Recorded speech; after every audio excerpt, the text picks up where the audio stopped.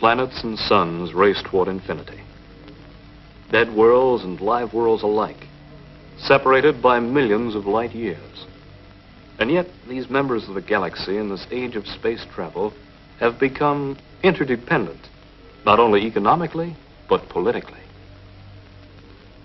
This is the far-off galaxy of Magna Mater, the galaxy of dead planets, icy graveyard rolling through space, and each with a communication station. And now the Sky Flash carrying Flash Gordon, Dale and Dr. Zharkov enters the outer rim of Magna Mater on a routine outer space patrol. Suddenly, all around them, the tranquil peace of these dead worlds is shattered. First, the dead planet Isis. Next, it was Osiris. Next came Mithra. And finally, Bacchus. And in the Sky Flash. I don't understand it. First Isis, then Osiris, Mithra and Bacchus shattering in space. It's weird, Doctor. Crazy. 4 planets blowing up in rapid succession. Why? Why should that happen? It seems to be some mysterious atomic force, Flash. Possibly a chain reaction operating from some central source. Well, it's about the last of the chain, Doctor. There's only one dead planet left, and that's Minerva. And there it is. Dead ahead. Dale, will you check the Geiger counter? We're coming into a very heavy radioactive dust fall, Doctor. Check its type. Yes, sir. Horizontal, 105. Vertical, 10. Why, it's radioactive dust from duranium. Duranium? Impossible. Why, Doctor? Is it indigenous to a particular area or planet of the galaxy out of this range? Yes, it's found only on Colossia. But it's not only that. Duranium was only discovered a few years ago, Flash. Dr. Zharkov made an extensive study of its properties for GBI research and analysis. I found it to be probably the most powerful fissionable material in the universe. And the slowest. What do you mean, the slowest? Well, unlike other nuclear materials, its fission is a slow, creeping process. We estimated that a bomb made of duranium would take over 1,200 years to explode.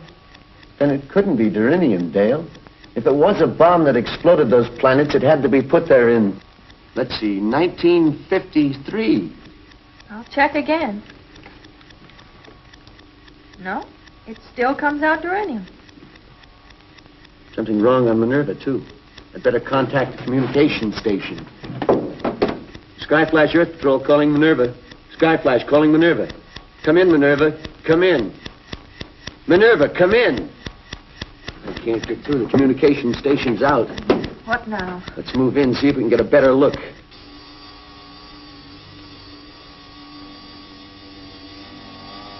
Why should the communication station be out on Minerva? Flash, we can't move through this atomic fog much longer without getting contaminated. I know, but we need information. For all we know, that chain reaction explosion may move from this galaxy into others. Maybe we can find the clue on Minerva.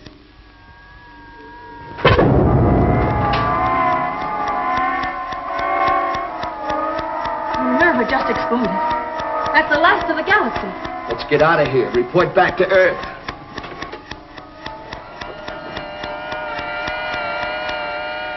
And now the Sky Flash pointed its nose toward home. But on Earth itself, strange things were happening. Foreboding events foretelling a monstrous end.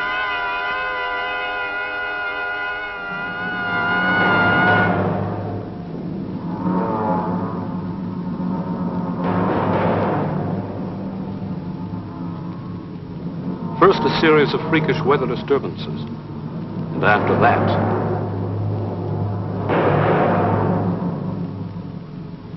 and panic and fear spread through every corner of the Earth like wildfire.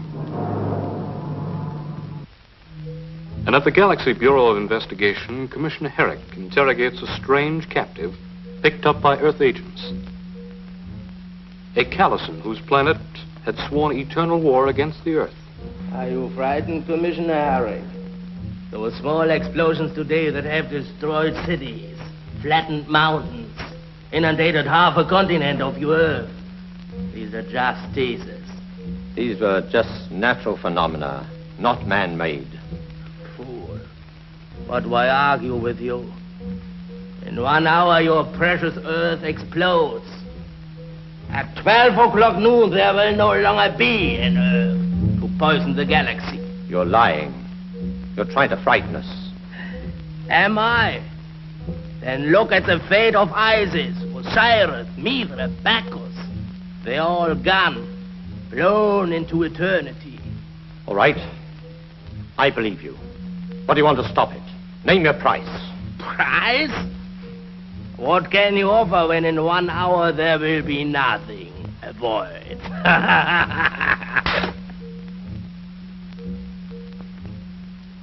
Does that make you feel better, Commissioner? Come ahead, do it again. But hitting me will not find the duranium bomb smoldering into its final stage of fission. Who planted this duranium bomb? I did. You? When? Exactly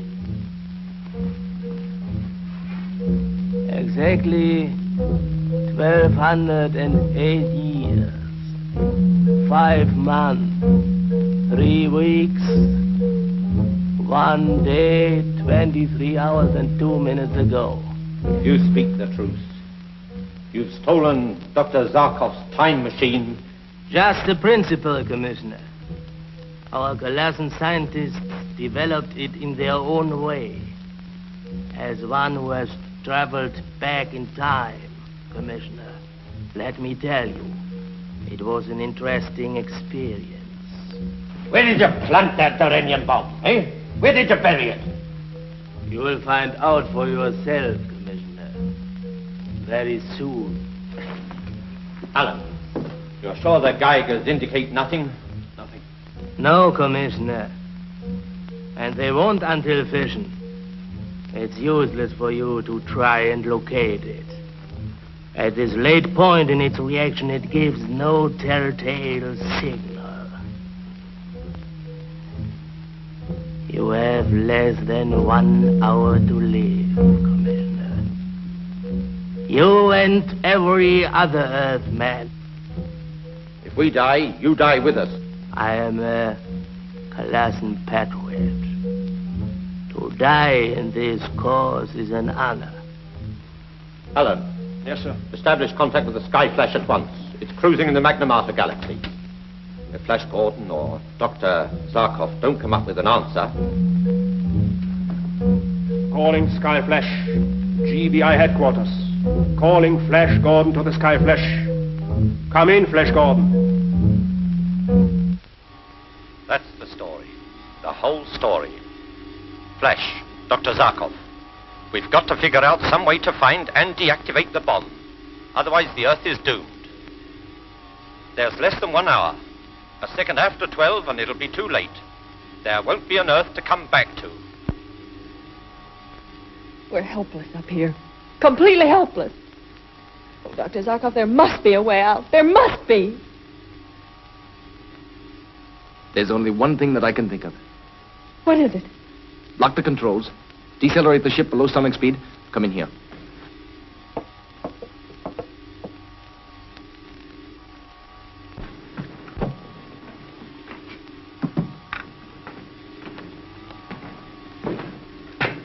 The time machine. It's our only chance. We've got to project ourselves back into the past just as the Colossian did. We must go back through time to the middle of the 20th century, the year 1953. If we can find out where the Colossian planted that duranium bomb, then we have a chance. How much of a chance, Doctor? 1,000 to 1. 1,000,000 to 1. Then let's take it. What's our speed now, Flash? We're at landing speed, Doctor. 350 an hour. Good.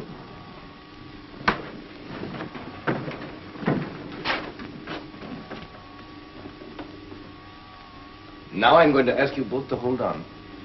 For the next few moments, you will be traveling back through time. The effect will be strange, possibly stupefying. You will hear nothing, see nothing, know nothing, until you are back in the 6th decade of the 20th century. Are you both ready? Ready, Doctor.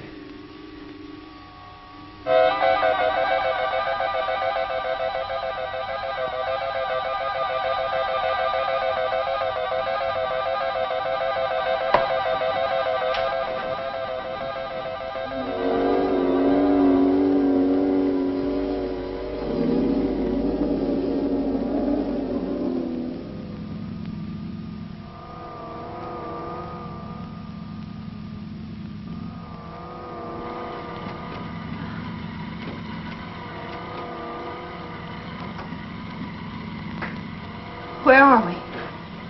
What happened? We are now in the 6th decade of the 20th century.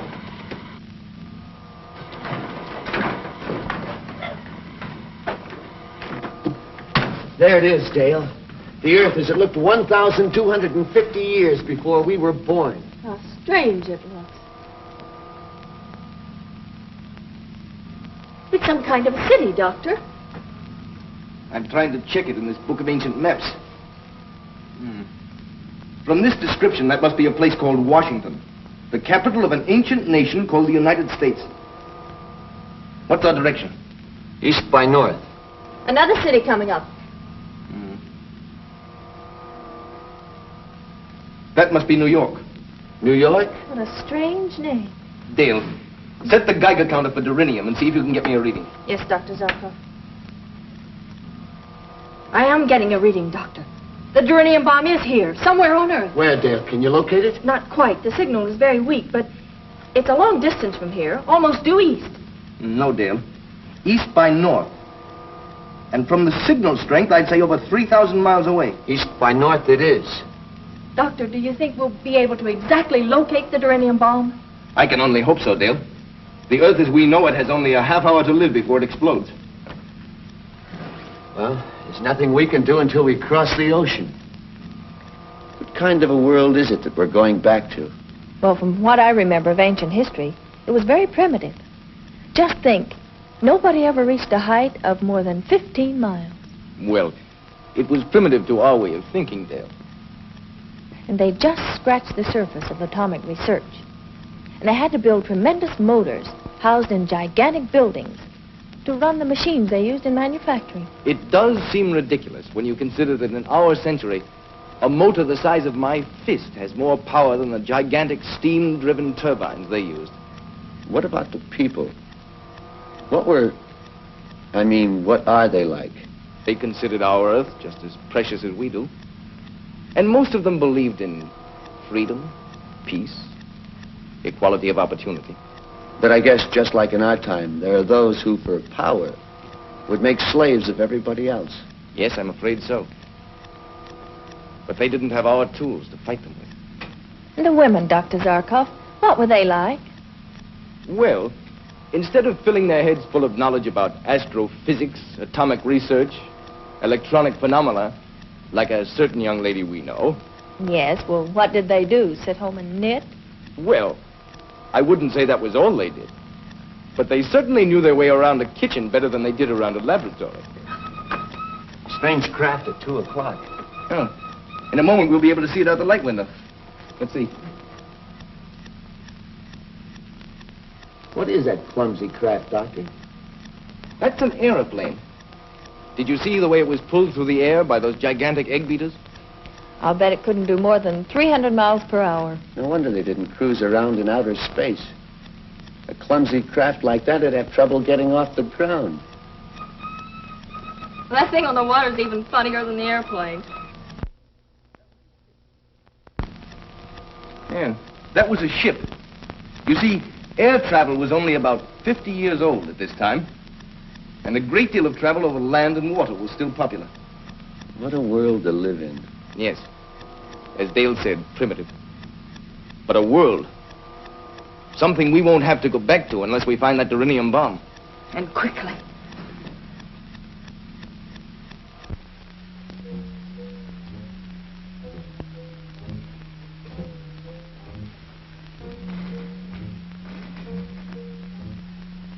Where are they? Why don't we hear from them? There's nothing we can do about it now, Alan, except wait. Wait and pray.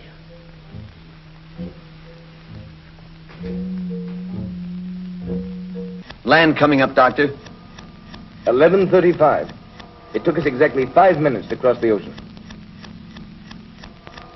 City coming up at 2 o'clock, Doctor. That must be a place called Paris. Flash, slow down. The Geiger's up to maximum. We're almost in the immediate vicinity of the bomb.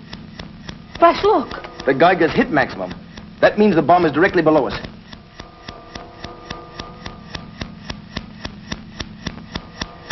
It must be someplace in that city. What's the name? Berlin. Finding the bomb there is going to be like searching for a neutron in a molecule. We can find it with this. The question is, can we find it in time? Flash, is there someplace we can land?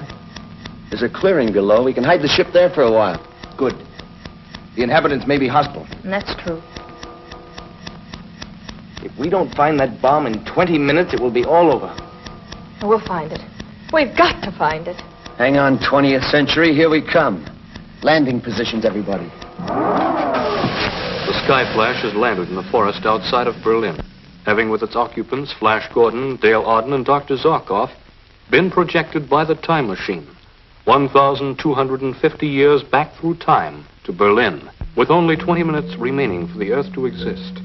Commissioner Herrick, pinning all of his hopes on Flash Gordon, waits tensely, while the Callison who planted the Earth-destroying bomb sits calmly by. All over Berlin, people have seen a strange object spinning and glittering in the sky. It is thought that this weird visitation from some other planet has landed somewhere in the outskirts of Berlin. Reports from Paris and New York also indicate that this flying pencil, or whatever it is, was sighted in those areas. Meanwhile, the people of Berlin wait in dread and terror for what will come next.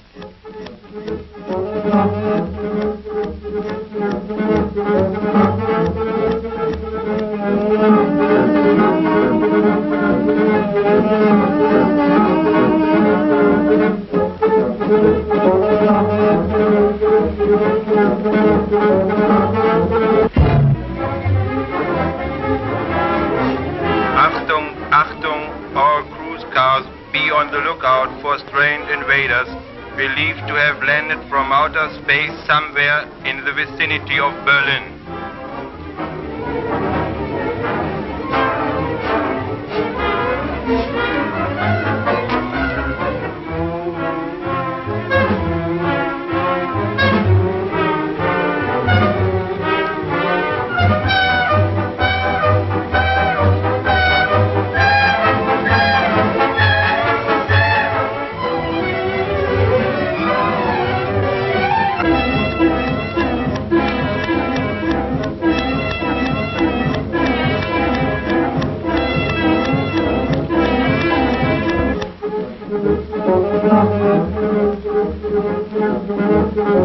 Achtung, Achtung, car 28, car 28. A telephone report claims a green and white delivery truck heading for Amzow section, sighted on Townsendstraße. It is believed car has been commandeered by a bearded giant and a blonde giant from outer space. Apprehend and arrest them. If they resist, shoot to kill.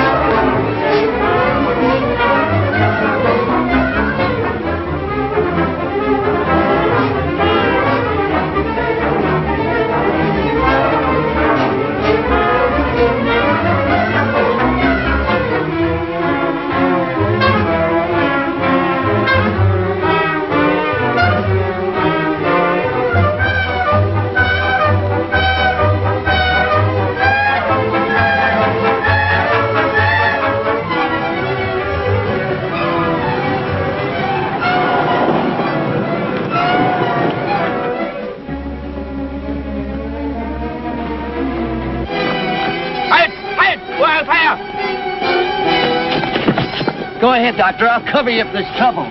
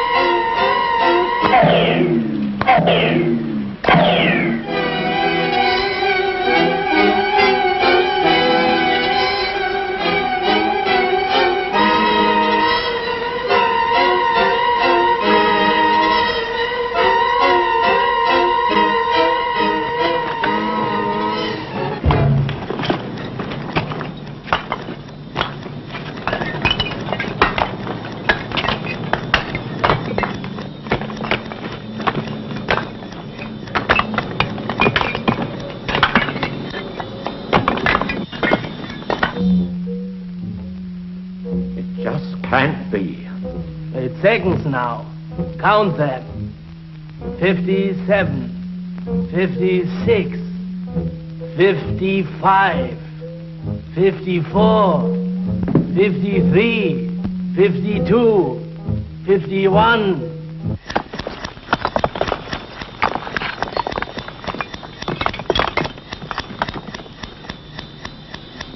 Hurry, Flash. Only 30 seconds left.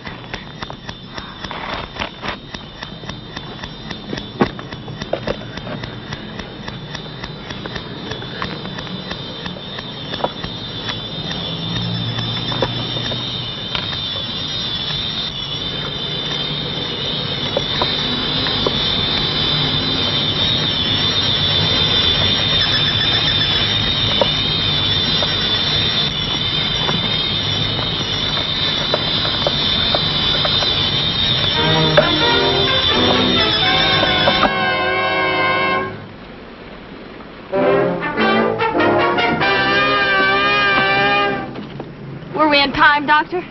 Plenty, Dale. We had 2 seconds to spare.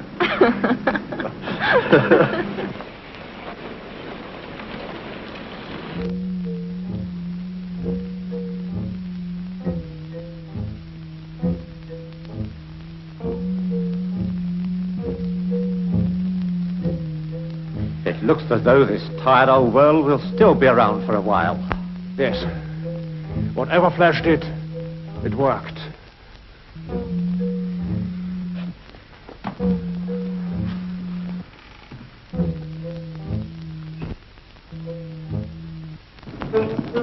Now, how do we get to the Sky Flash? I watched the route coming out. I think I can get us back there.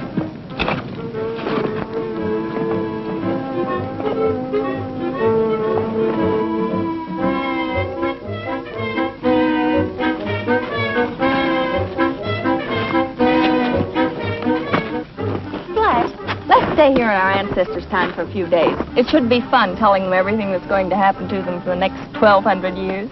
Fun? Well, maybe for us, Dale, but not for them. It is the mystery of the future that provides the challenge for men to make history. Take that away, and there's no reason for dreams, ambition, discovery. Well, I hadn't thought of it that way. You're right, of course, but, well, it would have been fun to meet my great multiplied by 100 grandfather. And a few hours later, as night falls on Berlin, into the starlit sky flashes a silvery streak. Suddenly, it stops. It seems to hang for a moment, suspended in air. Then, before the eyes of a few stargazers and lovers who observed it, the sky flash disappeared into the future from whence it came.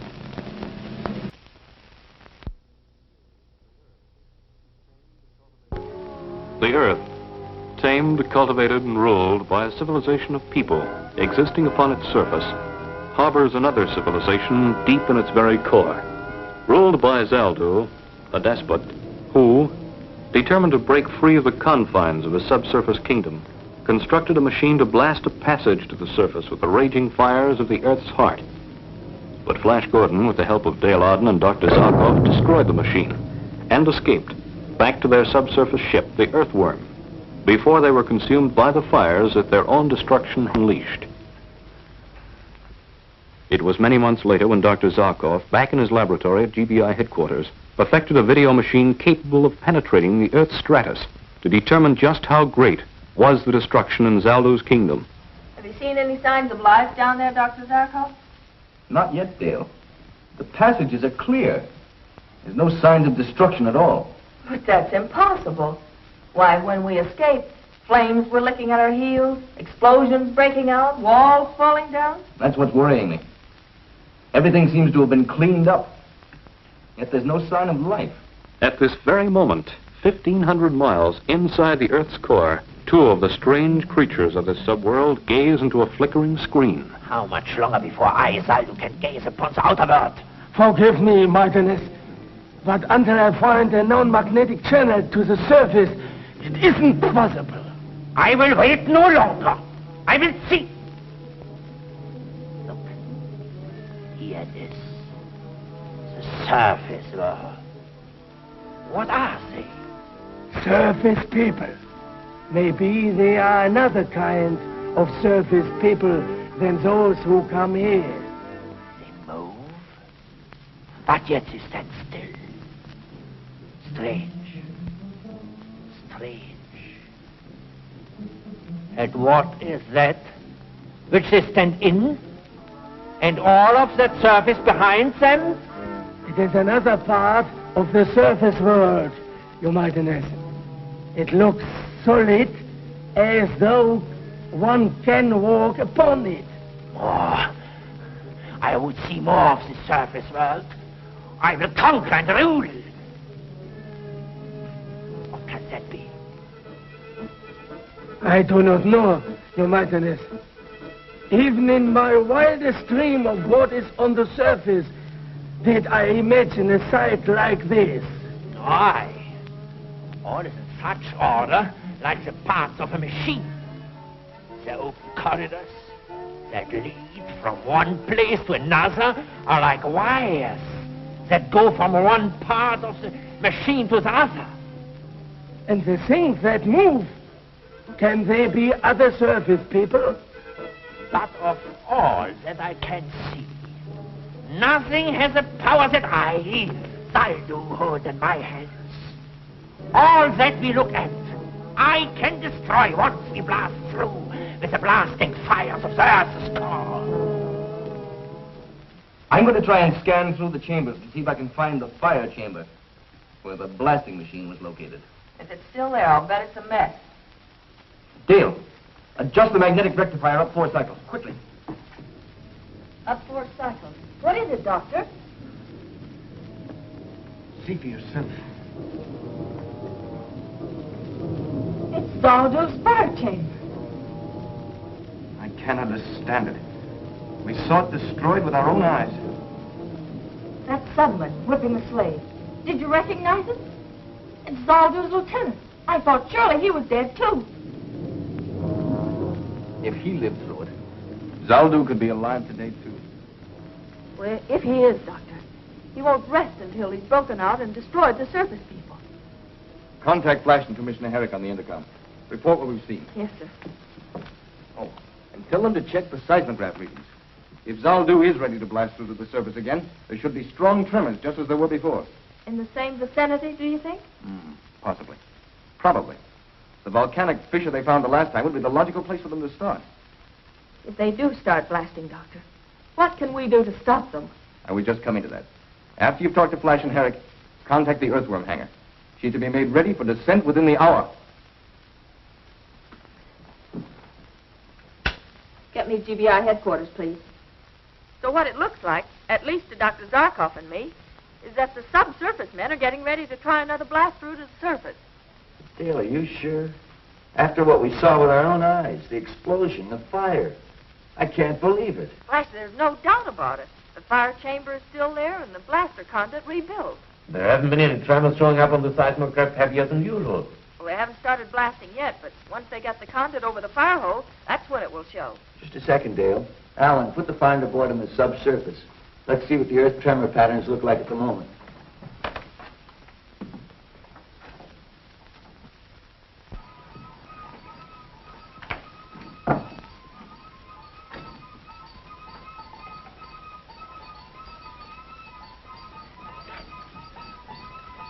Nothing shows, Dale, but small tremors.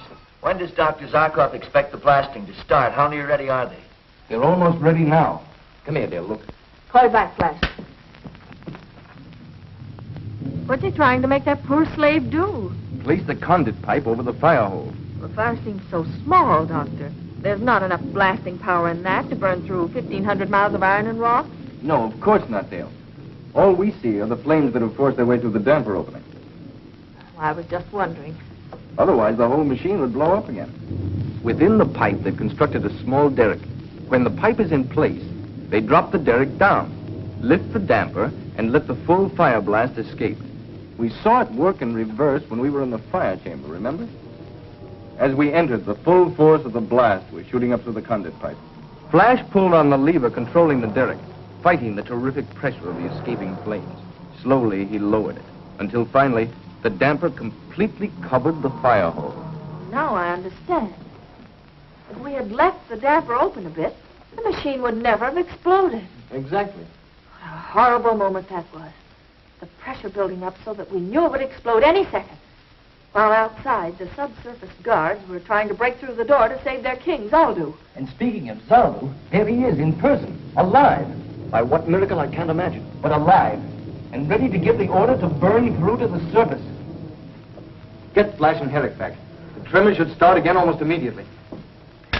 Deputy Commissioner Herrick. There are no more tremors. Any quake areas you haven't covered, Allen? No, sir.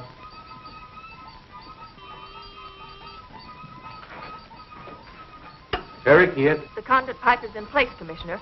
Watch for major tremors to start almost immediately. Where? Your guess is as good as ours.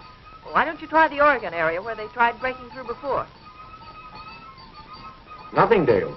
Zharkov is even quieter than usual. Maybe it's the calm before the storm.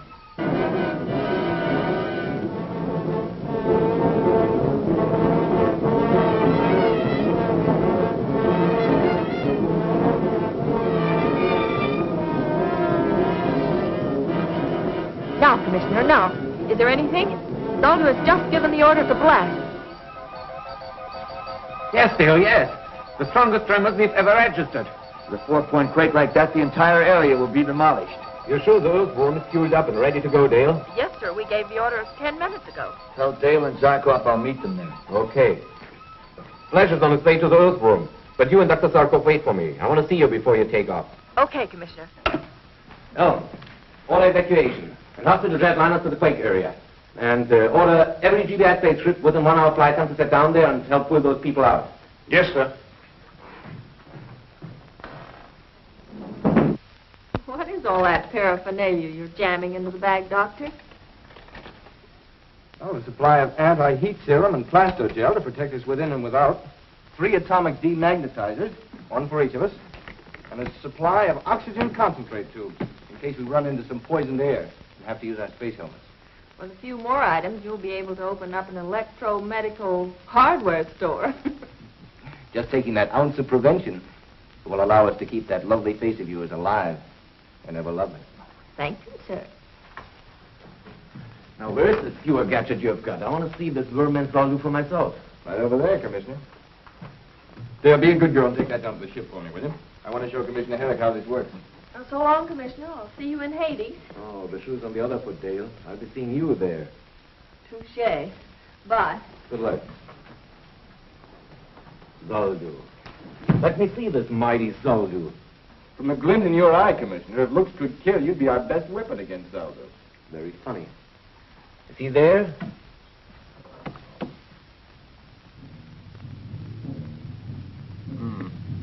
Not in the fire chamber. See if he's in his throne chamber. There he is.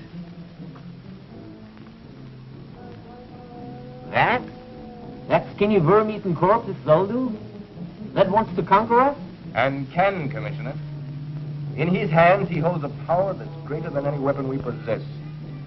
The power of the Earth's fiery core. If he can bring this fire to the surface, he will unleash it, enveloping the entire surface, until the Earth is a ball of flame like the sun. He can really do this? Unless we can stop him. He will do this. I must go. We have no time to spare. Say, isn't there some way I can hear what he's saying? I'm sorry, I didn't have time to hook up the audio. If you'll call Dr. Abner, he can have it working in an hour. Oh, wait, sir. Bye. And good luck.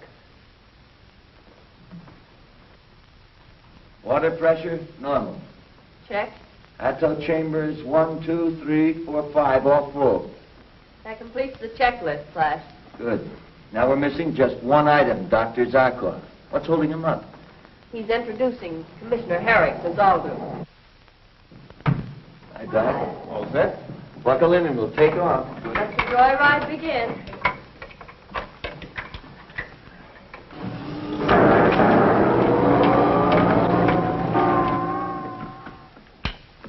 Herrick here. Any reports from the quake area yet? Almost total property damage, sir. Not a building left standing. Loss of life? No figures yet, sir, but it looks bad. Evacuation started? Yes, sir. They estimate it will be cleared out within 12 hours. Well, keep me informed, will you? I'm in Dr. Zharkov's lab. Well, Doctor? Circuit's in order, sir. Turn on the audio. The surface men will come. Now that we have started blasting through, they will come, but they can't stop me. Nothing can stand between me and my ambition. I will have their lives for what they did to me.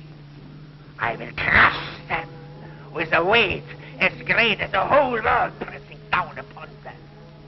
Contact the earthworm. Warn Flash that it's digging right into a trap. Tell him to turn back right away. I can't, sir. We can't contact them. What do you mean you can't? You must! But sir, try to understand. As the earthworm drives through the strait, the friction is terrific. Now, so what? The friction creates a heavy electrostatic field around them that destroys every sound wave trying to penetrate it. We're completely cut off from them.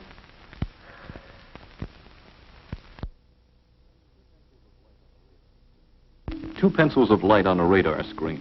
One moving from the Earth's surface towards the kingdom of Zaldu in the core of the Earth. The other creeping from the core to the surface. The first light indicating a jet-propelled mechanical mole piloted by Flash Gordon. The second light showing the progress of Zaldu's blasting operation to the Earth's surface. Look. The surface people drive closer and closer by the minute. We are ready for them. Nothing must go wrong this time. Do you hear? Do you hear? All is in readiness. I have seen to it myself, Your Mightiness. Tell me what you have prepared. Tell me again. I must be sure. Tell me. When surface ship reaches point +1, we cease blasting operations to surface. That's my order. Go on. Then full power of earth fire will be channeled to magnetic activator in the chamber of iron. Yes, and then speak. The surface ship will be pulled into the chamber of iron and locked into it electromagnetically. Yes. Then I will have my revenge. All the fiery power of the Earth's core concentrated to crush them in a magnetic vice until they are dust.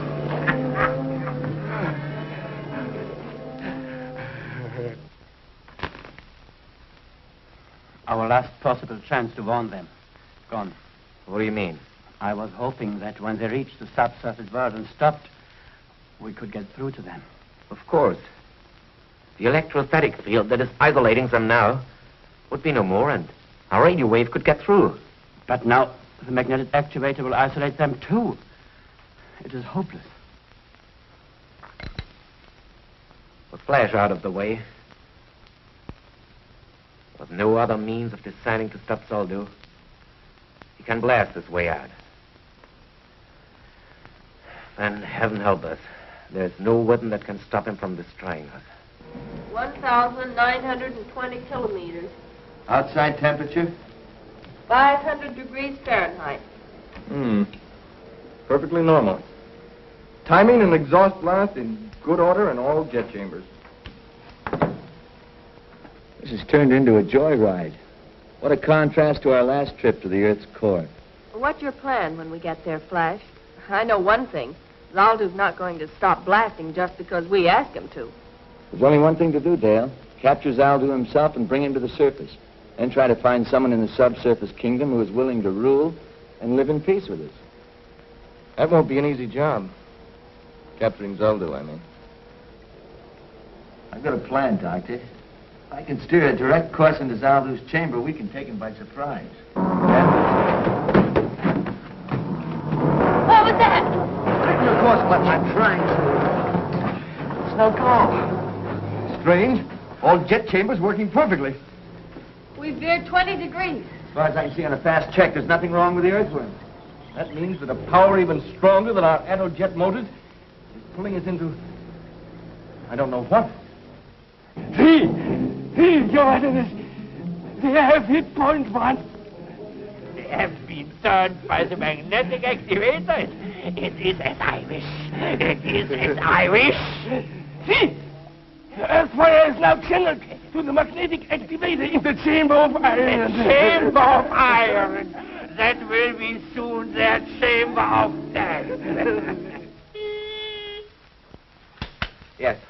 Commissioner Herrick, the tremors have stopped. I know. But they'll start again, Ellen. Very soon. And worse than ever. Don't stop evacuation.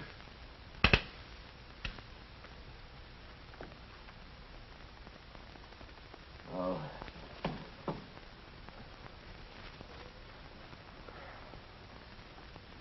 Poor Flash. Dale. Dr. Zharkov. And soon, poor us. Flash. Pressure. Pulling. Yes. Dead. Much more.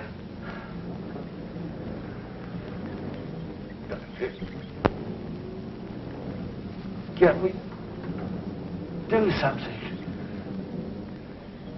with my very anti-magnetizer inside, one for each of us? Can you make it?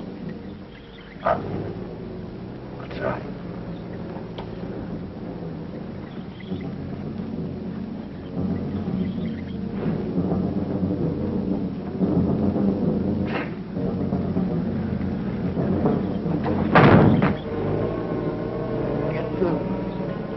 Our only chance.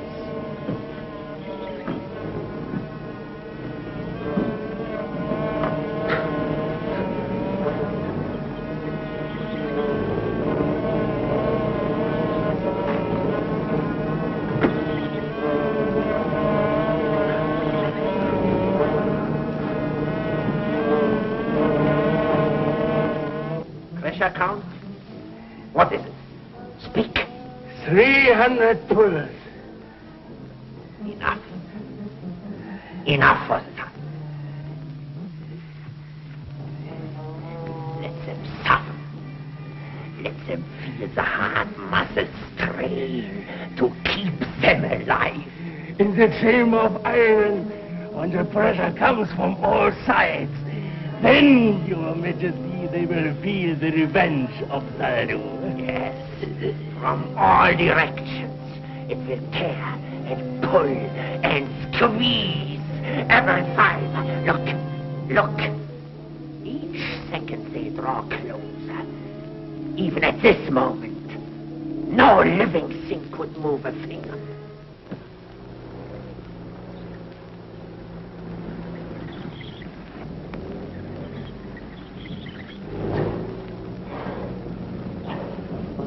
Can you make it? Don't answer.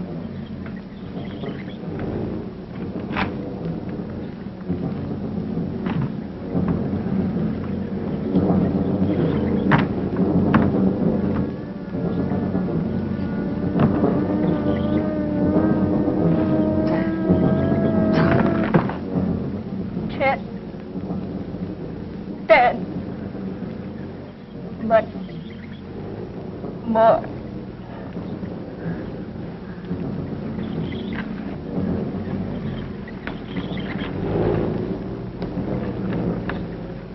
Pressure greater every second.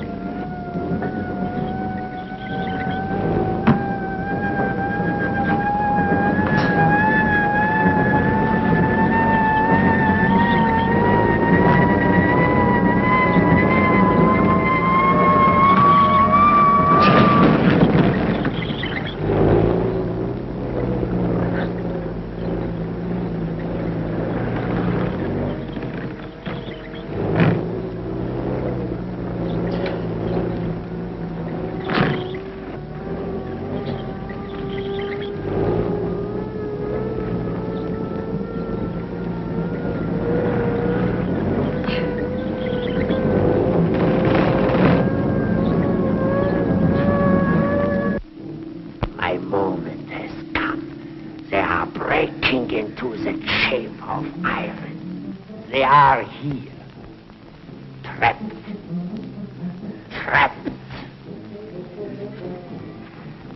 Now, I open all of the force of the earth's fire, pour it into the magnetic activator. Listen to it scream as it rushes to crush them to dust.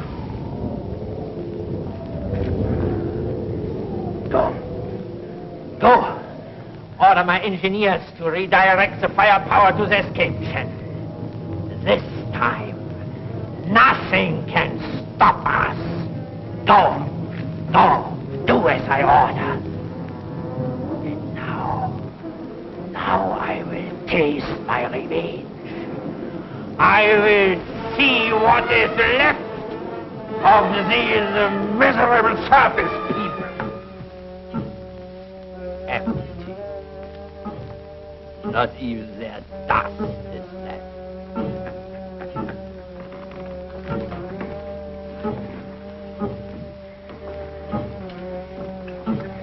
This is mine now. With this, Zaldu the Mighty will ride in triumph to the surface. And sooner than you think, Zaldu, old boy. But you can't be alive. There's a distrusting man for you. Can't even believe his own eyes.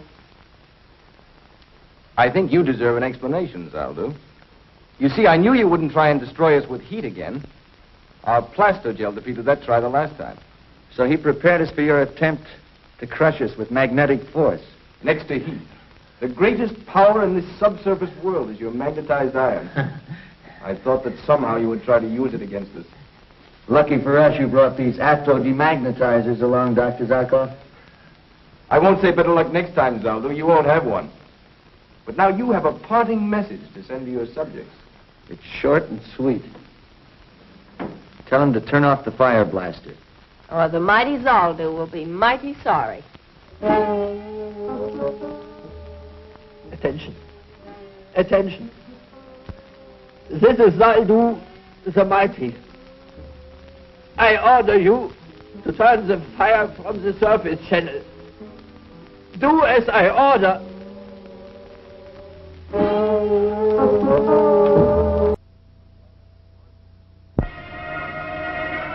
The planet Tarset, silent, inhabited only by shadows of a civilization long dead. A planet where life of every kind has departed. We must use Tarset, Commander Richards. There is no other planet on which we can conduct our negative gravity experiments. There must be another place. Tarset is out. Tarset is deserted.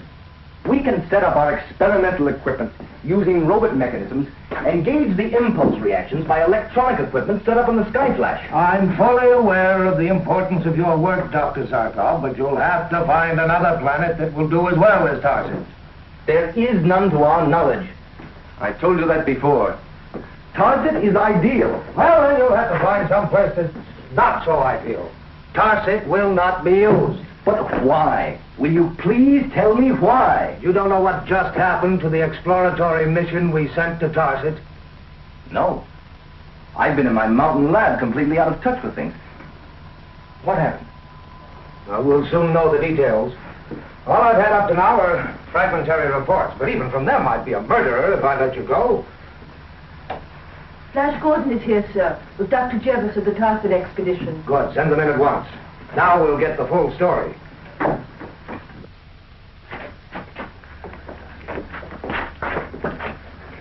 I'm so sorry, Dr. Jervis. Can I get you something? I don't think he's strong enough to answer any questions right now, Commander. Ever since he landed his spaceship, he's been hysterical. We did what we could to calm him down, but... This is Dr. Jervis, one of the scientists we sent on the exploratory mission to Tarset. Jervis? Of course. You know him? By reputation only. I'm familiar with his treatise on astrohydraulics. Remember, Dale? Oh, that's right, Doctor. He's in a state of complete nervous shock.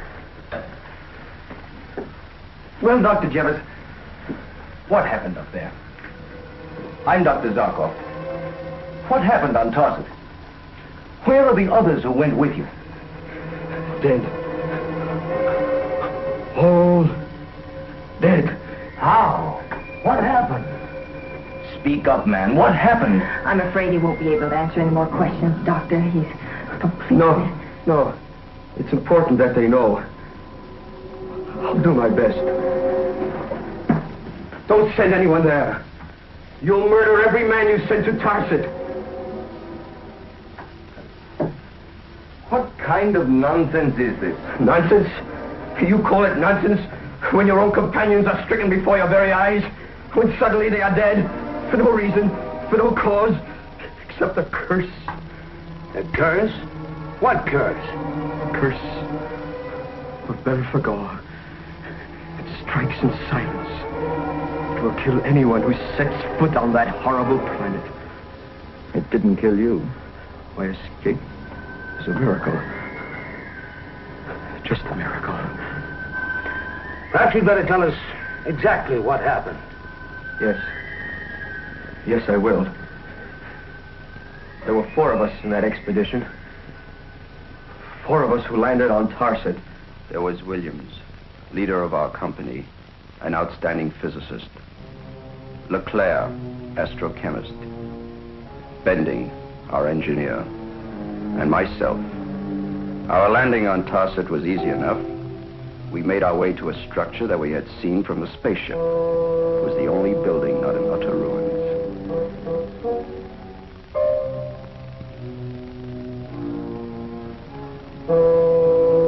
Inside, we made our way along a corridor, the sides thick with dust, and all around there was the horrible feeling of death.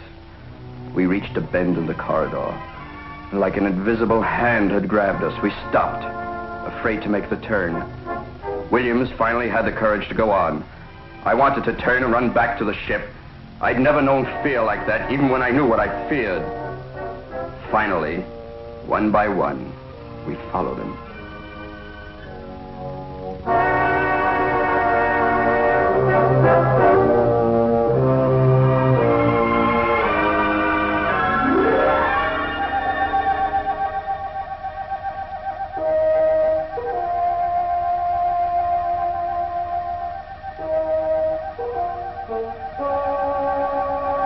Williams saw it first. Belphegor, ancient god of Tarset. Its face looked as if it had been carved out of a solid block of evil. And then we heard its voice. I am Belphegor. Know all ye who trespass upon my tomb, that upon ye shall rest my curse forevermore. The voice. That horrible voice. I still hear it. Williams walked towards the idol on the throne. Then suddenly, a blinding light shot down upon him, shooting from its single eye. He fell. Leclerc ran to help him, and the light caught him. Bending and I stood horrified. They were dead. So we turned, we ran, as if evil on the wing were after us. We ran. I heard Bending running behind me, Suddenly he screamed. I looked back. The light had him. He fell towards me. I just ran on.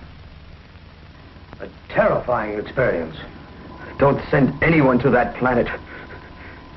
It's cursed. Ridiculous. We must use Tarset for our negative gravity experiments. Aren't we sticking our necks out? If what happened to him happened to us, we have no choice. The threat to our galaxy from the people of Eben has never been so serious as it is now. Our only defense will be negative gravity.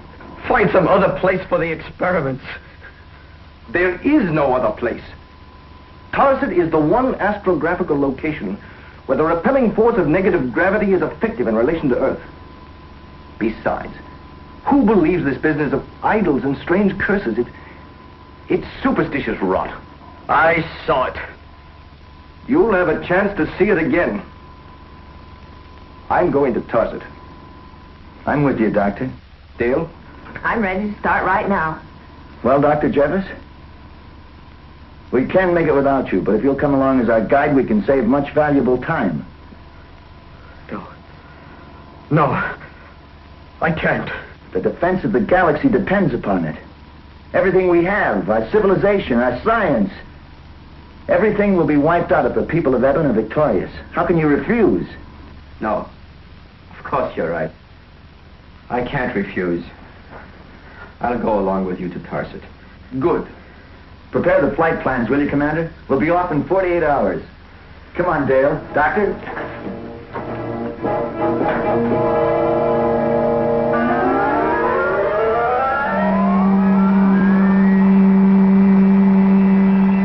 Invasions from Eben. Idols. Strange voices and strange lights. Do you think anybody will believe that stuff, Doctor? Idols, curses, rot. How can you, a trained scientist, believe it? A man believes what he sees. And I have seen these things. So will you.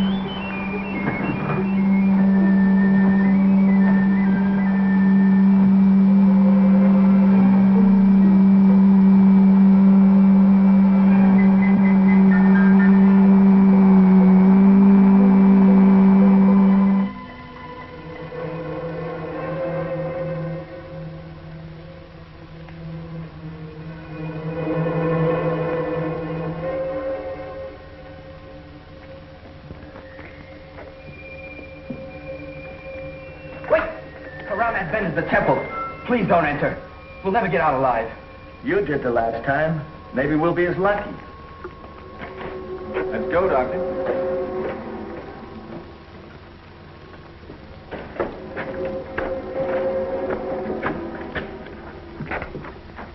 Don't! Please stop here before we all die!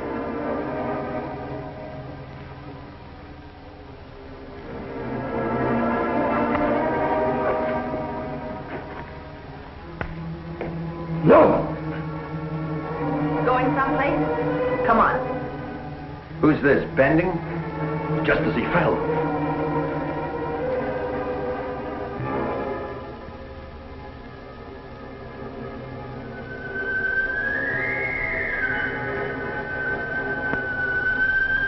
Williams and Leclerc? Yes. I am Belphegor. The voice! Know all ye who trespass upon my tomb, that upon ye shall rest my curse forevermore.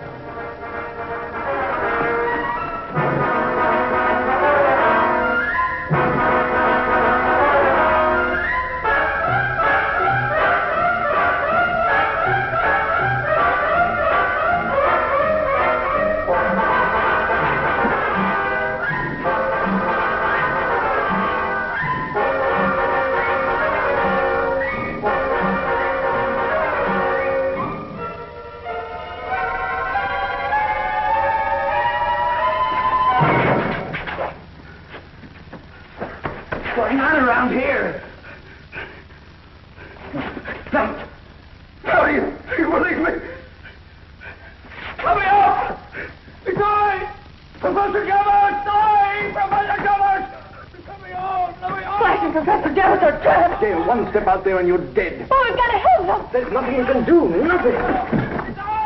Professor Jarvis! Professor Jarvis, it's I! Let me out! Let me out!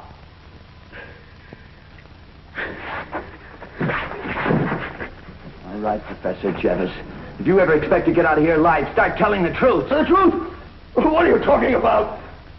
You saw. I saw plenty. Enough to know that you've been lying from the word go. I haven't. Tell the truth. What's it all about? I don't know. The curse of Belphegor. Kind of a moron do you take me to be, Jarvis?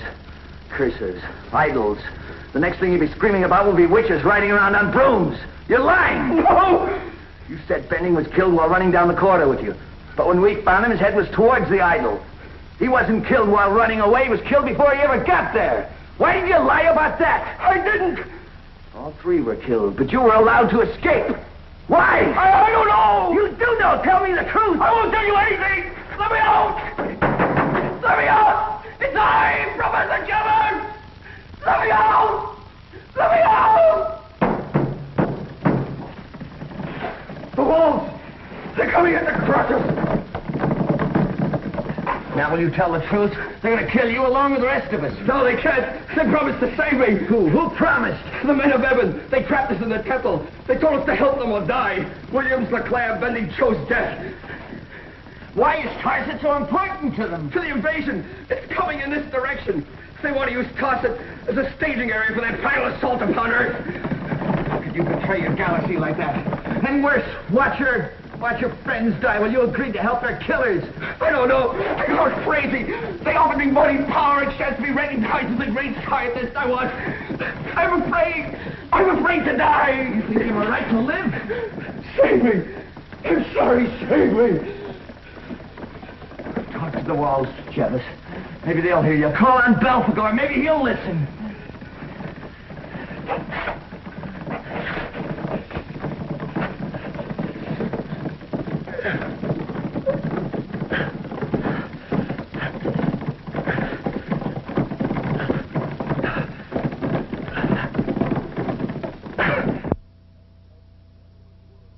The planet Tarset, a dead, desolate world long deserted by its people.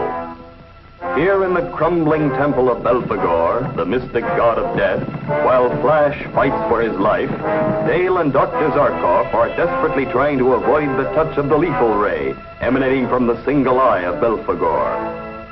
In a cell nearby, Flash and the traitor Jeebus, an Earth scientist who sold out to the people of Eben, are trapped between two slowly moving walls that threaten to crush them at any moment.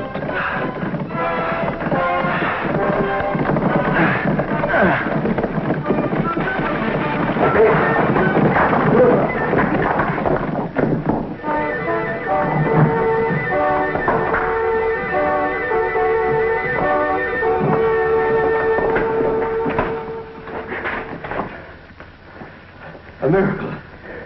A miracle. No miracle, Jarvis. The walls are so dry and crumbling, the pressure from the moving wall pulverized them. The whole temple is ready to fall. What are you going to do with me now? Right now, I'm interested in Dale and Dr. Zharkov, not you. Who else is on this planet besides us? Nesbitt. Who's he? A man from Eben. One of their intelligence agents.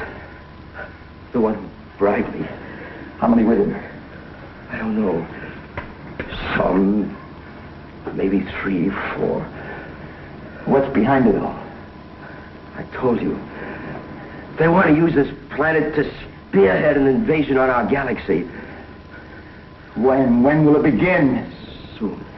That's all I know. Soon.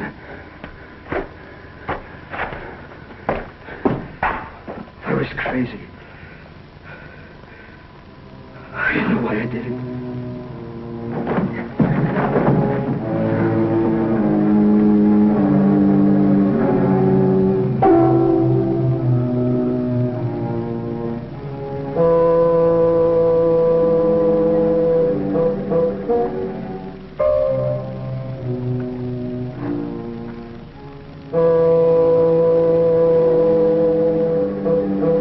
Come in, Dr. Zharkov.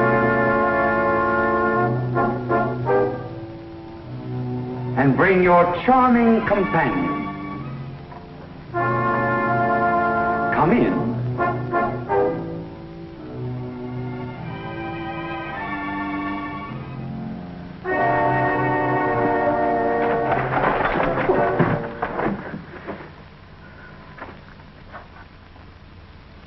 I am Meston.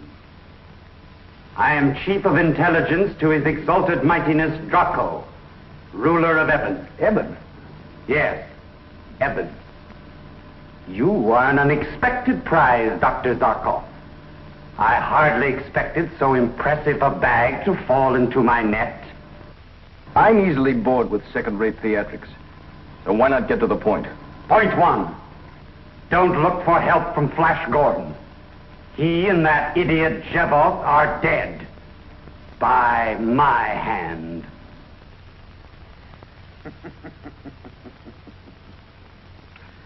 I have spared your life, Dr. Zharkov, up to this point, because you can be of use to my sovereign. My services are expensive. You can name any price. The information we want is worth it. And the information? Complete plans and details of the negative gravity force you have developed. And you must give us the method to combat it. We must know how to smash through it so we can land our forces on Earth. And if I refuse?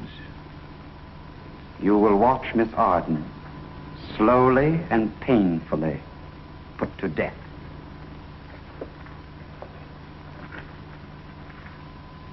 Well, Dr. Zharkov, what is your answer? His answer is no. But Dale... My life against the millions they could take on Earth? We have no choice, Doctor. We'll see how brave you are, Zharkov, while you watch her slow destruction. The death eye of Belphegor will bring you Earthlings to your knees.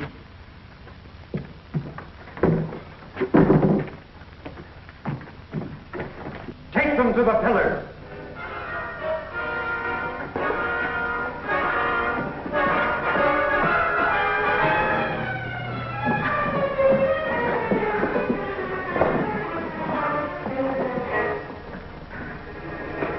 Sorry, Jill.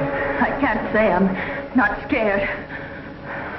Your scientific mind, Dr. Zharkov, won't accept the preposterous idea of an idol possessing a lethal curse. The curse of Belphegor is man-made. It's a lethal weapon, not a curse. You have seen the result?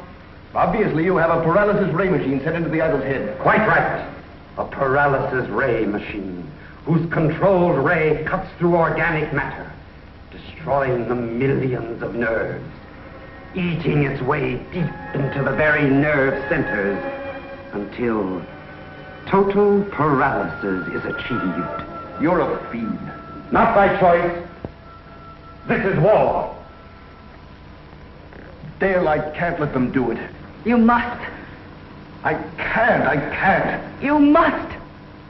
And you will.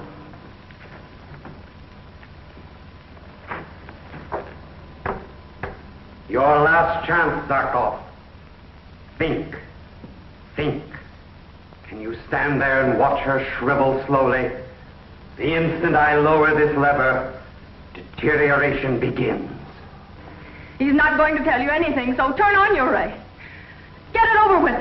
Stop talking, turn it on! Very well. But only a few degrees at first, so you can feel its power. Dale. Swear to me, Dr. Zharkov, you won't tell them. No. Swear it. All right. You barely felt anything. Now let us see how brave you are, Miss Arden. You, Gordon! God, help me! Flash! The ray machine, turn it off!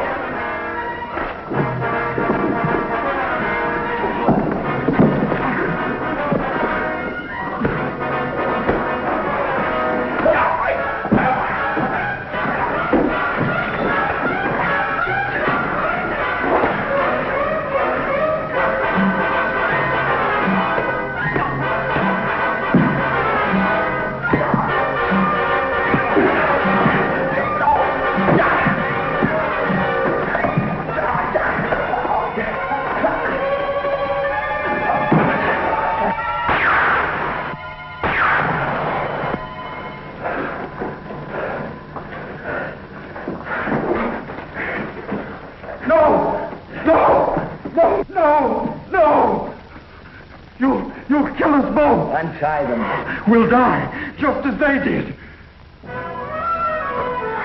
You exaggerate, Mesden. What? Untie them.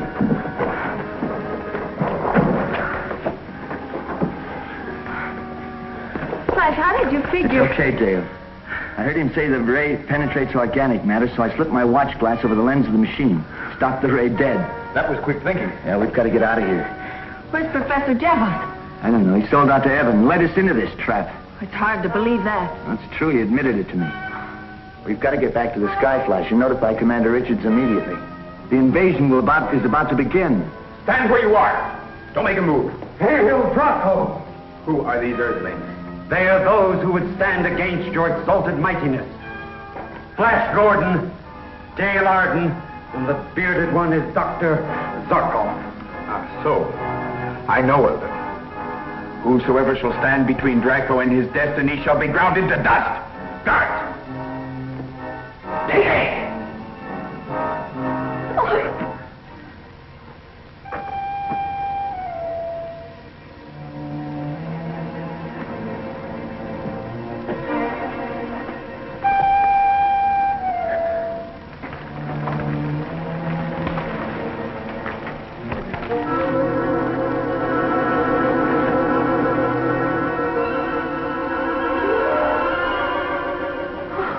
Back! Get back! Let's get out of here, Michael! Wait! Falling apart.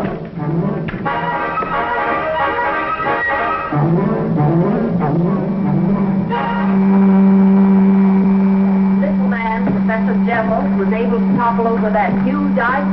How could he? Where did he get the strength? Sometimes a man finds strength within himself he didn't know was there. Professor Jevons saw his chance and found the power to balance his books. With a little to spare.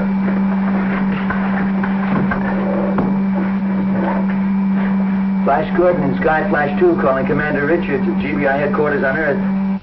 Flash Gordon calling Commander Richards. Richards here. Flash has been on tenterhooks waiting for your report. I'll give you all the details as soon as we land, Commander. In the meantime, you can call off all emergency defensive measures as far as an invasion from Evan is concerned. There will be no invasion. Draco, tyrant of Evan, is dead. Flash, are you sure? This is tremendous news. When you release the news, Commander, one thing you must do. Sir, Flash, what is it? Be sure that all credit is given to Professor Jevons, a great patriot who sacrificed his life in the service of his galaxy. Skyflash 2 signing off. The truth will be our secret. Ready for takeoff. Chart a course for home, will you, Dale? Home it is.